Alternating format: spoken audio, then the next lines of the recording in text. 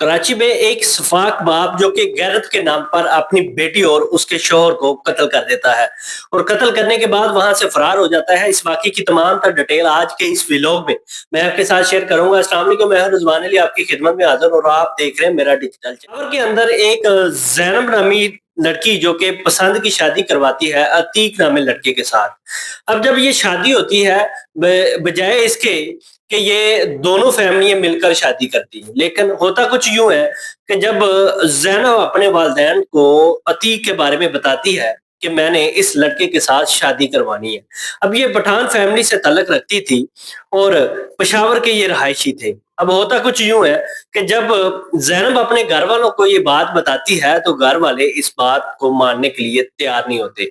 कुछ दिन ऐसे गुजरते हैं और कुछ महीने ऐसे गुजरते हैं जिसमें वो लगातार ये कोशिश करती रहती है कि अपने वालिदैन को, अपने बहन भाइयों को मनाए ताकि मैं इज्जत के साथ वहां से रुखसत हूँ। लेकिन जब उसकी कोशिश करने के बाद थोड़ा बहुत उसका वालिद जो इस बात पे एग्री होता है, थोड़ी बहुत कोशिश के बाद जब वालिद भी इसमें इन्वॉल्व होता है और घर वाले भी मिलते हैं तो इन दोनों की शादी हो जाती है। शादी के बाद ये फौरन कराची शिफ्ट हो जाता है। कराची के अंदर जो अतीक था वो जॉब करता था और उसका हाथ बटाने के लिए वो ज़ैनब नामी लड़की जो कि वो स्कूल में पढ़ाया करती थी। अब ऐसे कुछ अरसा ऐसे गुजरता है, लेकिन वालिद के दिमाग में वही चीज बैठी हुई थी कि इसने मेरी बेटी के साथ जबरदस्ती शादी की है। पठान फैमिली से वो तल्लक रखती थी लड़की, तो उसके वालिद में ये कहीं ना कहीं उसकी गैरत जागती रहती थी कि इस बेटी ने मेरे साथ किया क्या। अब उसका बदला लेने के लिए वो अपनी बेटी को कहता है कि मैंने आपको मिलने आना है।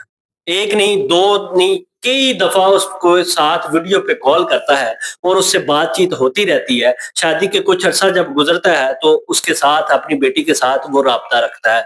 एक दिन के लिए वो कहता है कि अपनी बेटी को मैं कराची आ रहा हूँ, मुझे यहाँ पे 2-4 काम है, मैं 4 दिन आपके पास रुकूंगा, उसके बाद मैं वापस चला जाऊंगा। एक दिन के लिए वो कराची जब पहुंच जाता है तो अपनी बेटी के यहाँ जब उसको ड्रेस मिलता है तो वो अपनी बेटी के यहाँ चला जाता है। एक दिन वहां पे पूरा गुजारता है और उसके सारे जो घर के हालात थे और आसपास के जो लोग थे गली के, वहां पे वो देखता है कि कौन आता है, कौन जाता है, घर में कौन आता है और कौन कौन रहता है। एक दिन गुजरने के बाद वो अपने मकसद में कामयाब हो जाता है। दूसरे दिन वो अपनी बेटी और अपने दामाद को वो क्या करता है, गोलियां मारकर कत्ल कर देता है। कत्ल करने के बाद वो वहां से फरार हो जाता है। अभी तक वो पुलिस वालों को मिला नहीं है।